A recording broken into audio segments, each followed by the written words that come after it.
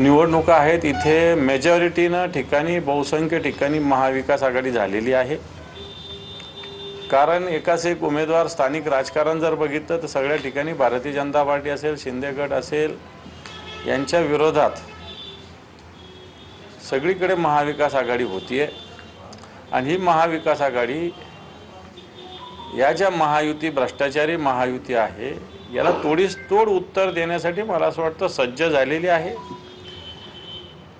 मी मांडलेली भूमिका ही जागा वाटपातील दिरंगाई किंवा वेळ, दुसरी गोष्ट नेतृत्वाची घोषणा, जसं महाराष्ट्रात उद्धवजी ठाकरे साहेबांच्या विषयी जनतेच्या मनात एक आदर, कोविडच्या काळात त्यांनी केलेलं कार्य, ज्या पद्धतीनं त्यांनी खुर्चीवर लात मारली ते, आणि त्याच्यामुळे त्यांची असलेली प्रतिमा, यामुळे त्यांचं नेतृत्व जर पुढे असते तर मला वाटतं 4 जागा जास्त वाढल्या असत्या सगळ्याच पक्षाच्या। आणि तसंच आता काल आम्ही म्हटलं की तेजस्वी यादव जेव्हा राहुल गांधींचा किती मोठा प्रचंड दौरा झाला, 16 दिवसाचा दौरा होता, प्रचंड मोठ्या प्रमाणावर मॉब सगळीकडे होता, आणि त्याच काळात जर या गोष्टी घडल्या असत्या तर आणखी चांगलं झालं असतं। आताही जर बघितलं तर मी जी माहिती घेतली, तेजस्वी यादवचा जो पक्ष आहे याला सगळ्यात जास्त मतदान पडलेलं आहे, भारतीय जनता पार्टीपेक्षा 2-2.5% 3% मतदान जास्त पडलेलं आहे। आणि जागेचा जर फरक पडला बघितला तर 25 कुठं आणि 95 कुठे, 2% मत। याचाच अर्थ हे 2% मत आणखी पुढे जर केले असते तर 25 भाजप आणि 95 तेजस्वी यादव असू शकले असते। आणि हाच विचार महाविकास आघाडी करताना झाला पाहिजे असं मत मी व्यक्त केलं, आणि त्या मतावर मी ठाम आहे।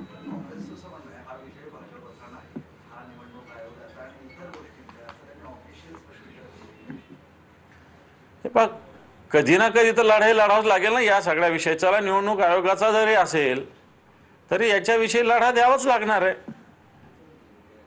याच्याविषयी लढा देण्याची आवश्यकता आहे। त्याच्यामुळं आपण असं म्हणून कार्यकर्त्याचं मनोबल कमी करतो असं मला तरी वाटतं।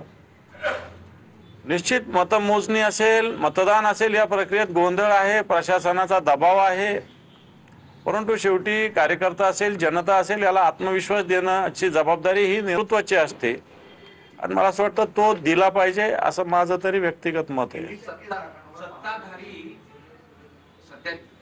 सध्याची राज्यातील स्थिती आणि विरोधी पक्षाची तुम्ही सगळ्यांची स्थिती पाहता सगळे एकत्र यावं असं मनोमन सगळ्यांना वाटतंय, पण एकमेकांचा अशा पद्धतीने तुम्ही म्हणता स्वतंत्र लढा वगैरे वगैरे परिणाम काही होणार नाही असं वाटतं का तुम्हाला?